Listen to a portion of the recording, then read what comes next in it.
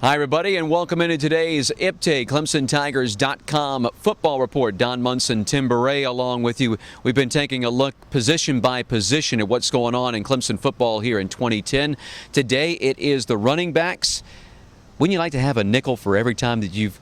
How in the world are the Tigers going to replace C.J. Spiller? But they've got some talent back there to do it. Oh, they really do. Andre Ellington, last year, 7.22 yards per carry last year. C.J. was 7.27 yards a carry his freshman year, so he was right there with what C.J. did from a productivity standpoint. And Jamie Harper, was over 5 yards a carry last year. Combined, Ellington and Harper averaged 6.2 yards a carry last year, which was higher than CJ's 5.6. But also, I'm really optimistic that those two can do a great job catching the ball out of the backfield, which is a key component of Billy Napier's offense, as we saw last year with CJ. I don't know if that was a part of the offense just because of CJ, or that's what Billy likes to do, and that's an open area, and I think you're going to still see the Tigers throwing the ball to the running backs. Yeah, the wheel route was pretty effective, no doubt, last year for Clemson offensively. But another guy that's really stepped up here in practice has been Hot Rod. Rod McDowell has just come he's taken the opportunity that was presented to him with the injury to the running backs, for the two freshman running backs early on in fall camp, and he's taken advantage. He really has. McDowell, I think by maybe his own admission and what Coach said, didn't have a real great spring. But boy, when he worked hard over the summer and when he came back to August camp, he really has been a terrific productive running back.